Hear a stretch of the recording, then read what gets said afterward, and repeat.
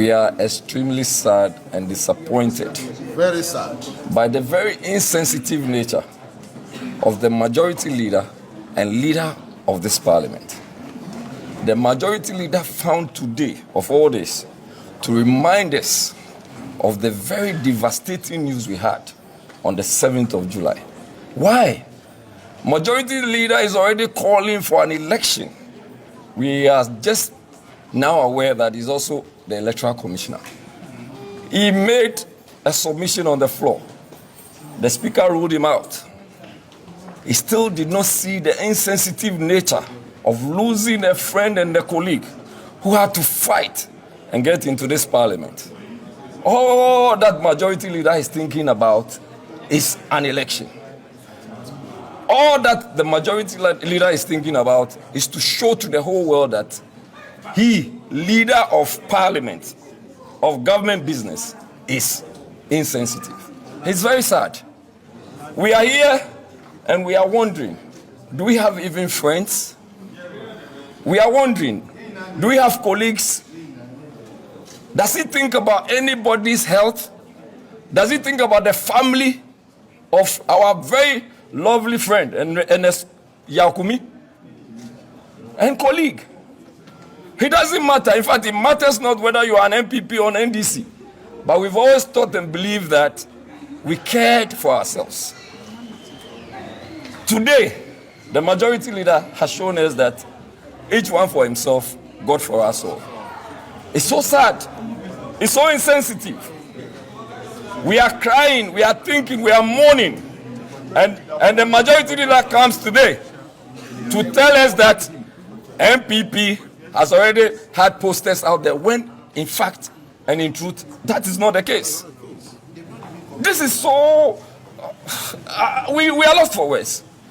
And we need you to understand that this walkout we have staged is not out of disrespect to the Right Honorable Speaker in particular, because he even directed him as to the way to go, but he was still insisting.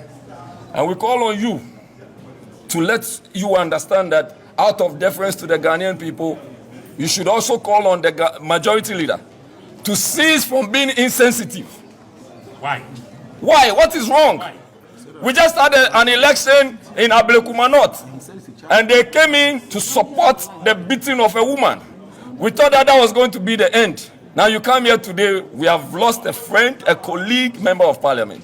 And now you have turned yourself into the electoral commission. Now even certifying death, because he now works at the mortuary.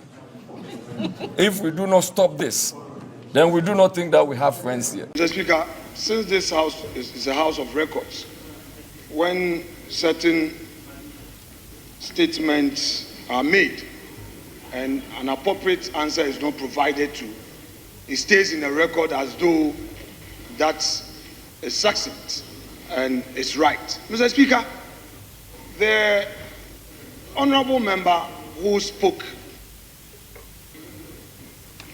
though he did not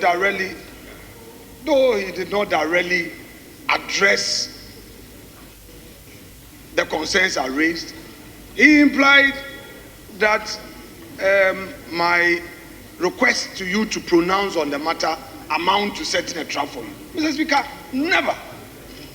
Let the facts remain sacred.